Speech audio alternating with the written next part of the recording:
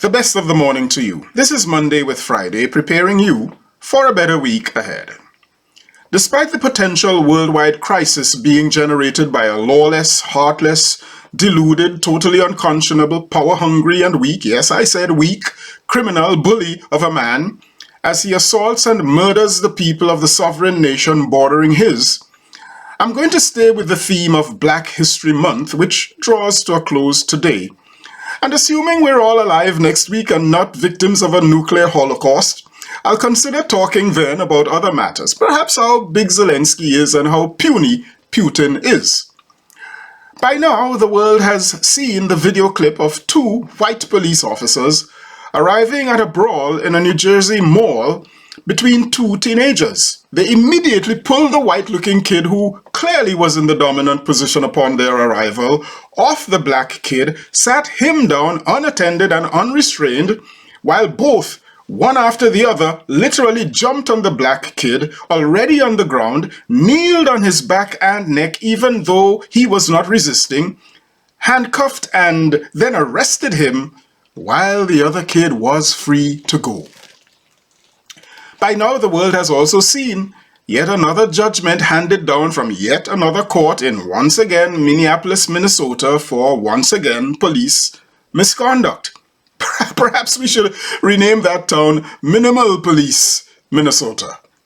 Judge Regina Chu, behaving like the queen she apparently thinks her name makes her out to be, trivialized the potency of the jury's verdict that convicted former police officer Kim Potter of manslaughter, by claiming that Potter meant to harm no one. Now, Chu is factually, legally, and logically wrong. Potter, by drawing her gun, even if it were the taser she said she thought it was, meant to harm Daunte Wright. You don't kiss or caress or hug or comfort someone with a taser. No, you harm them, and you mean to harm them. As well, manslaughter presupposes that there is no need of proof of intent to harm the victim. Then Chu went further. She disregarded the prosecutor's recommendation of a 7-year sentence for Potter, reducing it to less than half of that. Now, 7 years is already 5.5 years short of what the prosecution could have recommended.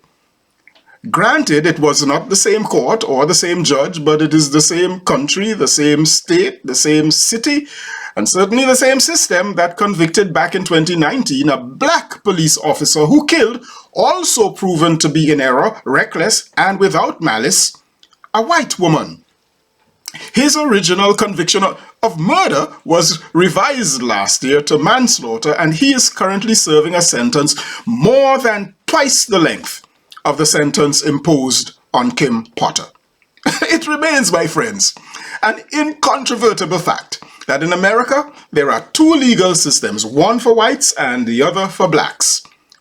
And even with President Biden's excellent black female nominee getting onto the Supreme Court of the United States, one black female, one black person alone on the Supreme Court, yes, I know Clarence Thomas is there, shall not change this anytime soon. Several black Americans who pioneered many important inventions and initiatives have been ignored simply because they were black. Among them is Charles Drew, a physician who worked with the Red Cross and who made discoveries regarding blood transfusions, and who, during World War II, created the first large-scale blood bank and the first system of transporting blood where it was needed most. Of course, the refrigeration necessary for the preservation of blood as it is transported far and wide was also created by two black men, John Stannard, who invented a better form of refrigeration, and Fred McKinley Jones, who invented the reefer units for refrigerated trucks. But back to Dr. Drew. For years, the power of his blood bank was reduced, nullified, due to the segregation of blood donations due to race. Simply put, white donors' blood was separated from black donors' blood, and the American Red Cross supported this nonsense until the 1950s. Now, here's a simple truth that everybody knows. Blood is blood. A white, straight, conservative, adult male can receive and live not only on the blood, but even the heart or the kidney or a section of liver that came from a young, black, lesbian, liberal female whose faith in God was no shallower, perhaps even deeper, than this white man's. If donors and recipients of blood and body parts now transcend race all the time, why can't living people do it? And why can't people who consider themselves privileged and think they alone are eligible for the world's resources and recognition and rest stop denying it from the rest of us?